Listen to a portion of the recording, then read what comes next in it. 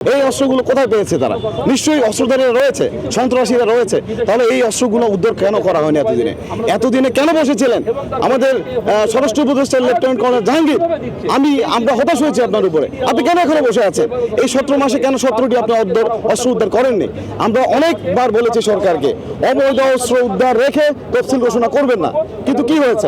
Ultimately আমরা দেখেছি তারা তফসিল ঘোষণা করে দিয়েছে, কিন্তু নির্বাচন আসলে কোনো প্রস্তুতি নেই।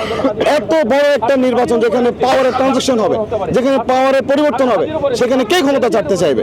সেই একটা জায়গায় যেখানে ভয়াবহ একটা পরিস্থিতির দিকে যাচ্ছে বাংলাদেশ। থানা ফাংশন করছে না, শুধু র্যাব ফাংশন করছে না, বিজিবি ফাংশন করছে না, আমাদের তো আর্মিও মাঠে রয়েছে।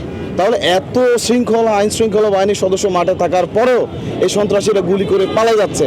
আপনি 2 শতাধিক খুন হয়েছে, আপনি হয়তো দেখেছেন। তাহলে এই খুনগুলো কিভাবে হয়েছে? আমরা যেটা বলেছি, নিরাপত্তার যথেষ্ট অভাব রয়েছে এবং এই থানাগুলো ফাংশন করছে না, পুলিশ প্রপারলি ফাংশন করছে না। সরকার থেকে কার্যকরী ব্যবস্থা নেওয়া না করার কারণেই আজকে আমাদের হাদি ভাই গুলিবিদ্ধ হয়েছেন। আগামীর সামনে কেউ সেফ না। আপনি নিশ্চিত ধরে রাখুন, এই হামলার পরে আরও যে বড় বড় রাজনৈতিক নেতারা রয়েছেন, এখানে বিভিন্ন বড় নেতারাও কিন্তু আক্রান্ত হতে পারেন, এটা আমরা আশঙ্কা করছি।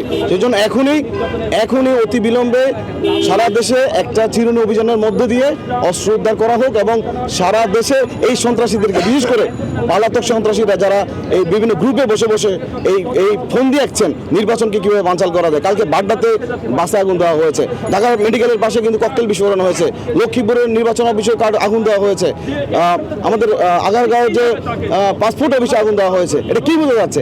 একই দিনে হাদি ভাইয়ের উপরে গুলি, তারা 15 জনকে টার্গেট করেছে। এই সংখ্যাটা কিন্তু 1500 হতে পারে। আমরা বলছি সেই জন্য অস্ত্র উদ্ধার করুন, সারা দেশে আইন শৃঙ্খলা নিয়ন্ত্রণে আনার পরে আপনারা নির্বাচনের দিকে যান, না হলে একটা রক্তের হোলি খেলা দেখবেন, এর বাদে আর কিছু হবে না।